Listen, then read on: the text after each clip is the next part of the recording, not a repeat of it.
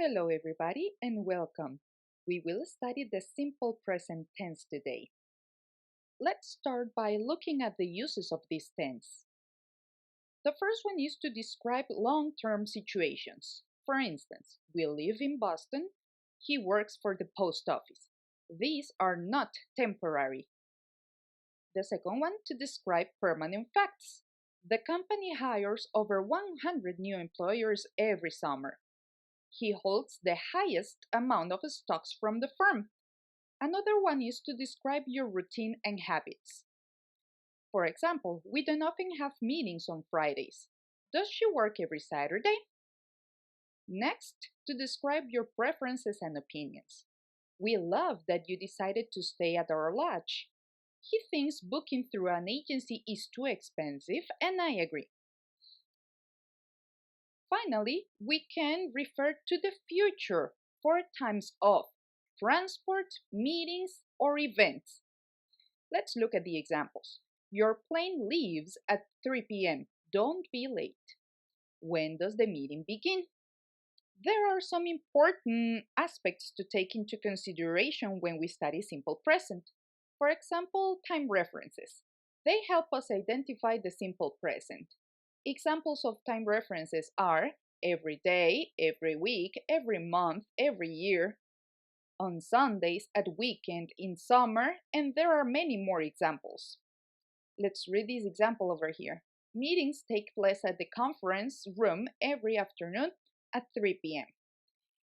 Another aspect to take into consideration is adverbs of frequency. They are often used in the simple present. Some examples of adverbs of frequency are always, usually, often, sometimes, never, and there are many more. Let's read this example. As CEO, he usually travels abroad. Let's continue with the structure for simple present. We need to distinguish these two, let's say, worlds. We have verb to be with its own structures and rules, and then any other verb that is not verb to be also has its own structures and rules. Let's begin with the structure for verb to be. For subject I, the conjugation is am, and the contraction is am. For you, we, and they, the conjugation is are, and we have the contractions your, we're, their. For subjects she, he, and it, the conjugation is, and we have the contractions she's, his, its. For the affirmative, we're going to use first the subject, then according to the subject, you choose between am, is, or are, and then we have the complement. The complement is the details that you want to add to these sentences. For instance, I am an accountant, he is a secretary, they are at the office. For the negative, we have the subject to, am, is, are accordingly, and then the not for the negative, plus the complement. You can use the contractions isn't and aren't. For example, I'm not an accountant, she's not a secretary, they are not at the office. How do we ask a yes-no question using verb to be? Very simple. You take the verb to be, am, is, are, and you place it at the beginning of the sentence. So we have verb to be first, then the subject, and then the complement. As examples we have, is she a secretary? Yes, she is. No, she isn't. Are you an accountant? Yes, I am. No, I'm not. Are they at the office? Yes, they are. No, they aren't. WH questions have the same structure as yes-no questions, with the difference that we have a WH word or words at the beginning of the sentence. For example, how are you? I'm fine, thanks. Where is she? She's in her office. Where is the third branch of the firm? It's downtown. Let's continue with the structure for other verbs, verbs that are not verb to be. For the affirmative, we have the subject, and then according to the subject, the verb can change in two different ways. If we have subject I, you, we, and they, the verb doesn't change, it stays with a simple form. However, if we use he, she, or it as a subject, we need to apply the S rule. The S rule says that we have to add an S to the verb in simple form.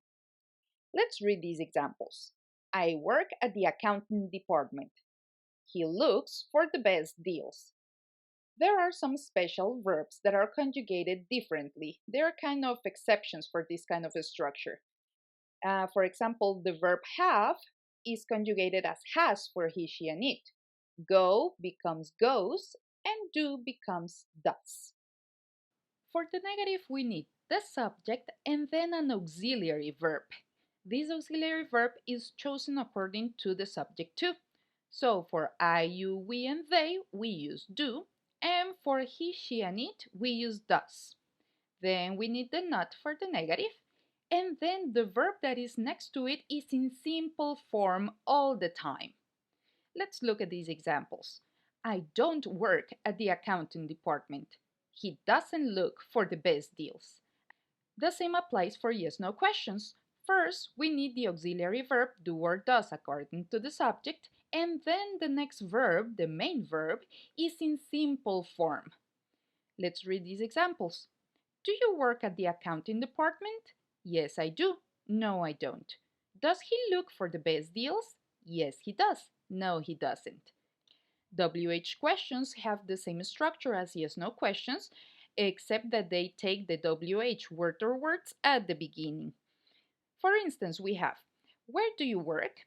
I work at the accounting department. What deals does he look for? He looks for the best ones. Great job! Now you know the most important information about simple present. Thank you for your attention.